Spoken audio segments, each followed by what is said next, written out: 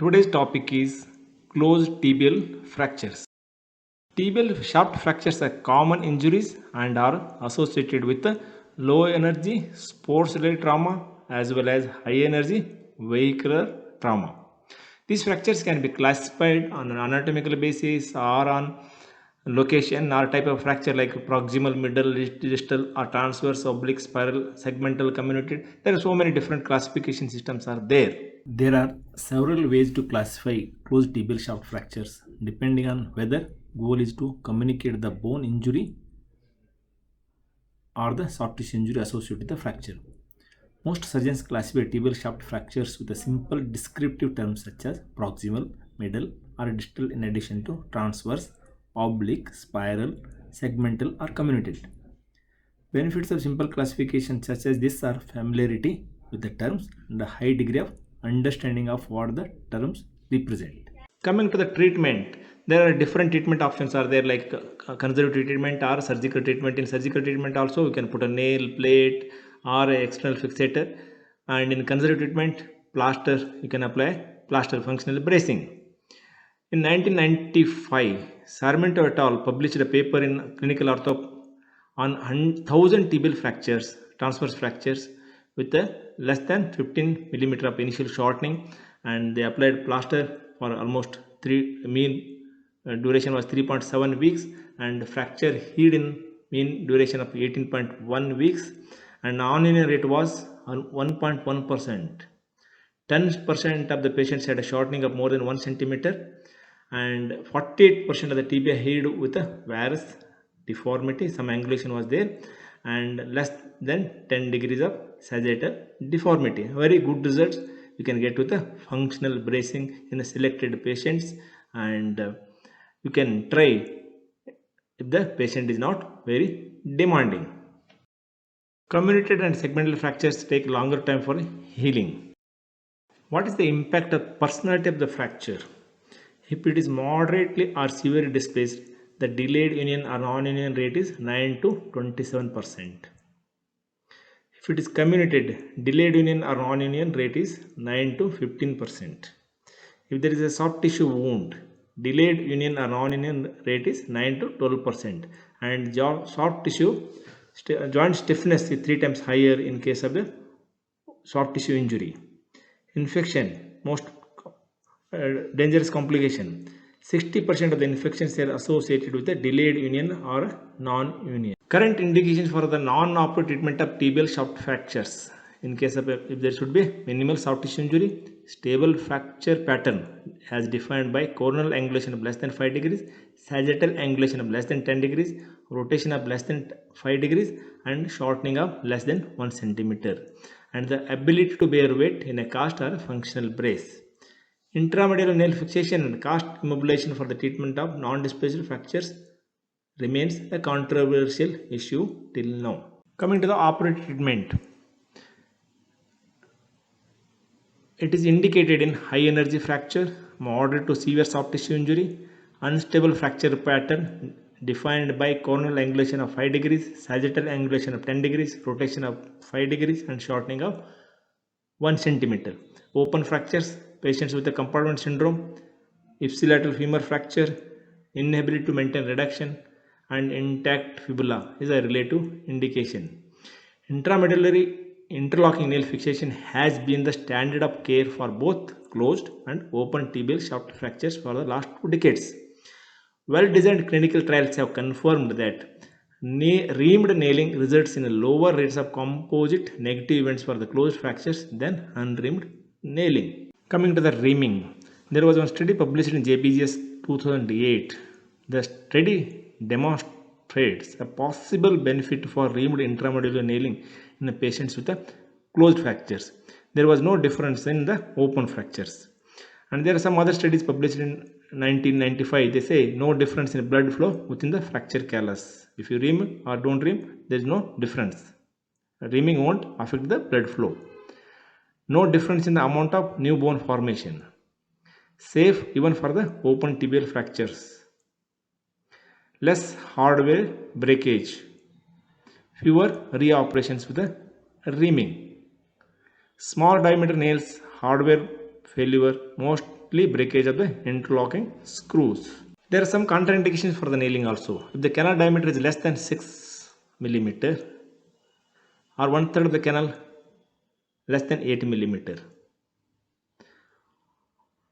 Gross contamination of the canal, severe soft tissue injury such that limb salvage is uncertain, deformity of the canal as a result of the previous injury, ipsilateral total knee replacement or a knee arthrodesis are the contraindications for the nailing.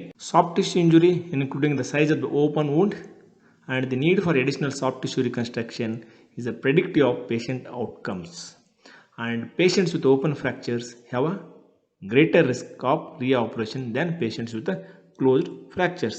Healing. Radiographic predictors of healing include cortical bridging on any of the cortical surfaces. Assessment for any cortical bridging by 4 months post-operatively is a reliable, accurate predictor of tibial shaft fracture healing. You have to wait for 4 months. It is clear that secondary intervention to gain fracture union should not be undertaken during the first 6 months after injury. Delayed reoperation for non-union for at least 6 months may substantially decrease the need for reoperation. These long bones take longer time for healing. You have to wait at least 4 to 6 months. Coming to the proximal tibial fractures. Malunion occurs in 84% of the patients because of the anatomy. 50% of the patients, there will be more than 1 centimeter of displacement at the fracture site. 25% patients will lose the fixation. Typical deformities that occur after nailing are valgus angulation in the coronal plane, flexion deformity in the sagittal plane, posterior translation at the fracture site. Causes for the valgus deformity at proximal tibial fractures is because of mismatch between the axis of the nail insertion in the proximal segment and the anatomic axis of the distal fragment. Starting point that is located too far medially, shape of the proximal part of the tibia, origin of the musculature of the anterior compartment on lateral aspect. Flexion deformity is because of the shape of the nail 1, eccentric starting point, entrance angle of the nail and insertion of the nail with the knee flexed. To avoid deformity in the proximal tibial fractures, entry portal of the nail should be made as collinear with the axis of the medullary canal as possible. Lateral portal placed high on the tibia at the edge of the articular surface. Starting point must be placed eccentrically at the edge of the articular surface. Safe zone for the nail placement is 9.1 plus or minus 5 millimeter lateral to the midline of the plateau and 3 meter lateral to the center of the tibial tubercle. Width of the safe zone average is from 22.9 millimeter and was as narrow as 12.6 millimeter. In the proximal tibial fractures, to prevent the deformity, nail must be placed as anteriorly in the proximal fragment as possible. Provisional reduction and fixation of the fracture with a unicortical plate can be tried if there is no soft tissue compromise, or blocking screws can be inserted. Placement of a bicortical screws into the tibia prior to introduction of the nail. Anteroposterior screw placed laterally in the metaphyseal region will substitute for the lateral cortex and left in the place after the nail is locked. Proximal locking 2 screws perpendicular to one another. These technical aspects can prevent the deformity. You can do a plating for the proximal tibial fractures if the fracture is in the metaphyseal area or proximal to the tibial tubercle, or fractures with a substantial involvement of the articular surface, then plate is an ideal option. Coming to the distal tibial fractures, malalignment is a concern and there is some controversy on the plate fixation for the fibula and the effect on non-union, malunion and healing. There are some issues are there, malunion, non-union, healing, the controversy on the plate fixation. To avoid these things, guide wire should be placed perpendicular to the joint line distally during the rimming and nailing. This will avoid the malunion. And for non-union, dynamization has a high rate of failure because of the shortening, and they recommend exchange of interlocking nailing instead of a dynamization. The rate of screw failure was 59% in a study published in the Injury 1996 when a single distal screw had been used compared to the 5% when 2 screws used. You can use external fixation. There is no specific contraindication for the use of external fixation in case of treatment of closed tibial shaft fractures. You can use a plating in case of a metaphyseal fractures or if there is joint involvement is there. But in comminuted shaft fractures, plating has got a high complication rate of almost 50%. Open tibial fractures. Although timely irrigation and debridement within 6 hours after injury has been established as the standard of care in the management of open tibial fractures, current evidence does not support such practice. Ideal irrigation solution and pressure remains equivocal. Antibiotic prophylaxis should be commenced as soon as possible. All patients should receive antimicrobial coverage against a gram-positive bacteria, typically with the first generation cephalosporins. Gastello-Anderson type 3 injuries require additional coverage and it is reasonable to use an ammonium glycoside, although the optimal regimen has not conclusively been established. Local antibiotic administration at the site of injury as an adjunct to systemic prophylaxis considerably reduce the risk of infection and the benefit is most pronounced for type 3 injuries. This is also still a controversial issue, not scientifically proven. Both rimmed and unrimmed intramedullary nailing are reasonable options for fractures of fixation of open tibial fractures and have demonstrated comparable outcomes. Although external fixation should not typically be used as a definitive fixation, it is useful temporizing measure in the more severe injuries when it is used for short duration of time.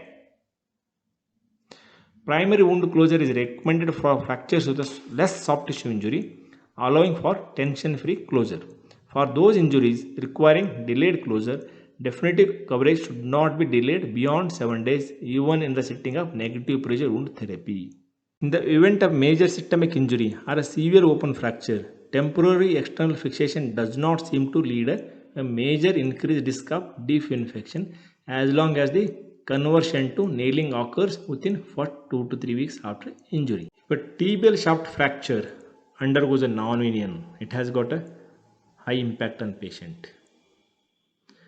The impact of tibial shaft fracture, non-union on physical health was comparable with the reported impact of end-stage hip arthrosis and worse than that of a congestive heart failure. This was a study published in JBJS 2013. Tibial shaft fracture non-union is a devastating chronic medical condition that negatively affects both physical and mental health and quality of